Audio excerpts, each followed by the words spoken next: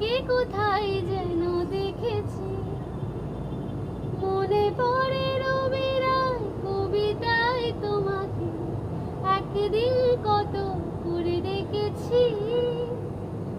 আজ হয় রবি রায় ডেকে বলো আমাকে তোমাকে কোথায় যেন দেখেছি।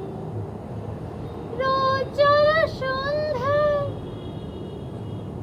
হৃদয়ের জানালায় কান্নার খাঁচা শুধু রেখেছি।